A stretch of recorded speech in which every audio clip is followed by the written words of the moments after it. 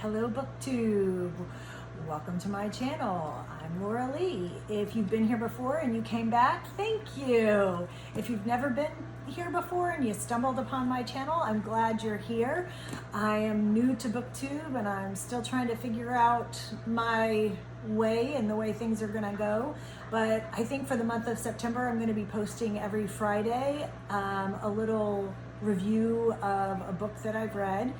And if you like what you see and you want to see more, hit the like button or the subscribe button. Leave me a comment. Tell me what you think.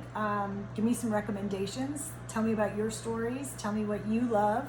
I just want to connect with people and talk about books, especially children's lit, classics, women's fiction, historical fiction, pretty much anything. I love the self-improvement genre, all of those things. But today I'm here to talk about Are We There Yet by Kathleen West.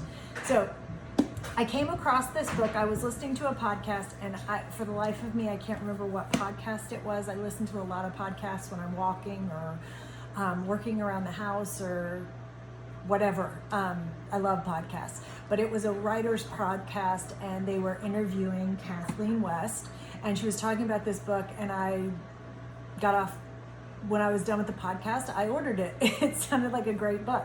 So I added it to my what to read or not to read journal, and this would definitely be one I would recommend to read. I gave it 4 out of 5 books. I would definitely recommend it to any mom that has middle schoolers or about to be middle schoolers or tweens, high schoolers, anything in that age group. It really appealed to me because I thought it was very realistic. Some crazy things happen, but having had middle schoolers myself, crazy things happen in middle school, things you would never think would happen. So let's get to the story. So the story is about 3 moms that met. They have very different parenting philosophies. Let's start with their parenting styles. But there are 3 moms that met at kindergarten roundup. So realistically speaking, they are only friends because their kids started kindergarten at the same time, at the same school, same class, and that's how they met. As a mom, I can tell you this happens more often than you would be surprised. It happens all the time.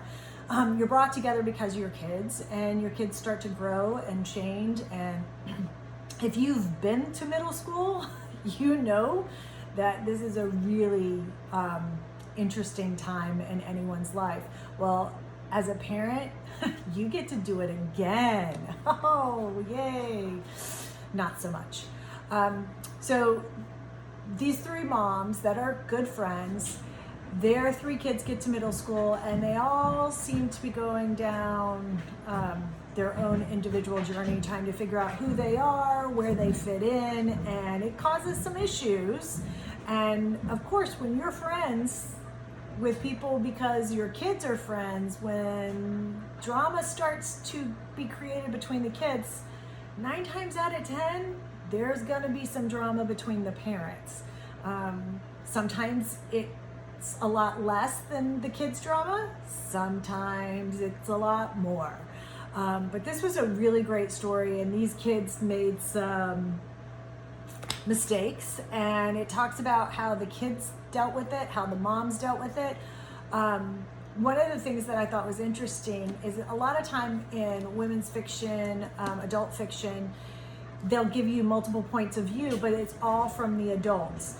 This book, however, took a little different approach. So you get the perspective of the 3 moms, but you also get perspective of 2 of the kids that are involved in all of the activities going on, and also one of the grandmothers.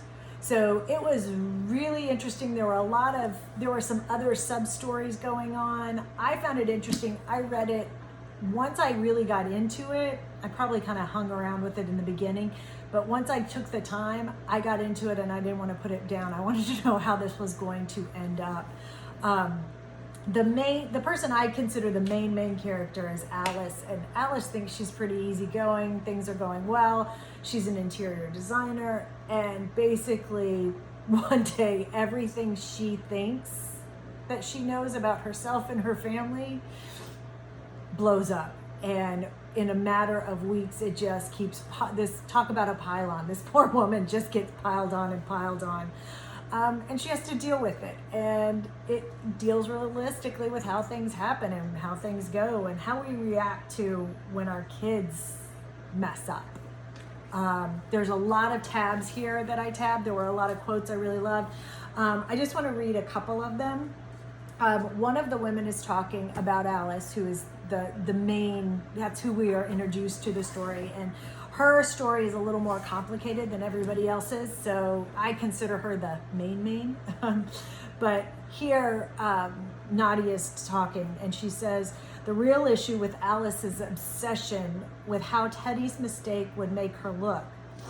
In fact, all of the parents at the PA meeting had the same issue. They all tried to excel vicariously, and Nadia was sick of it. It wasn't like she didn't understand the impulse to own the kids' behaviors, to answer and apologize for them, but she'd been forced eons ago to release it. No better advice could be given to a middle school parent. Middle school and high school, if you have kids that age or you're going to, you will be very familiar with people that are living vicariously through their children. They celebrate their triumphs as if they're their own, and their losses and failures as their own as well. And it's really, really hard not to get swept up in that whole environment.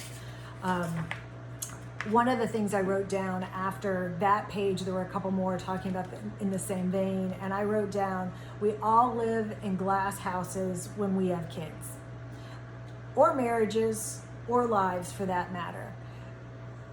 Really, my big takeaway from this is you have to remember that we're all human, and our life may feel perfect, and you might fall into that trap to judge somebody else's and what's going on, but you really don't know. And you never know when something's going to happen at your house, and everybody's going to see it. So it's important to have grace, not only for your friends and the people around you, the people you like, the people you don't like, but also for yourself and all the people in your house. It really is a good book, especially for moms. I would highly recommend it if you have kids in that age range. It's such a difficult time. I would have loved to have read that. My kids are in college and post-college now. But I thought back to some of the dramas and the issues that went on during that time period, and all I could think was, wow, I wish I would have read this book then so I could feel like, oh, this shit happens. It just does. Pardon for my curse, sorry about that. But it does, and you got to deal with it. And they deal with it well, and they all learn their own lessons, and they all learn how to have grace in their own way. And you'll have to read it to see if they figure out how to be friends in the future. But I liked it. 4 out of 5 stars, or books, or however you like to rate. Are We There Yet? By Kathleen West. And this, I believe, is her second book. I liked it enough that I think I'm going to go out and get her first book, called Minor Dramas and Other Catastrophes. I think she likes to write about parents and kids and when things don't go quite like we think they should, and what comes out of that. But I love it. I recommend it to you. I hope you enjoy it. If you've read it, tell me what you thought of it. If you get it and read it, come back and tell me. Again, I'm Laura Lee. If you like my channel, please subscribe. I'd love to connect with you and talk about books. Have a great Friday and a wonderful weekend. Bye.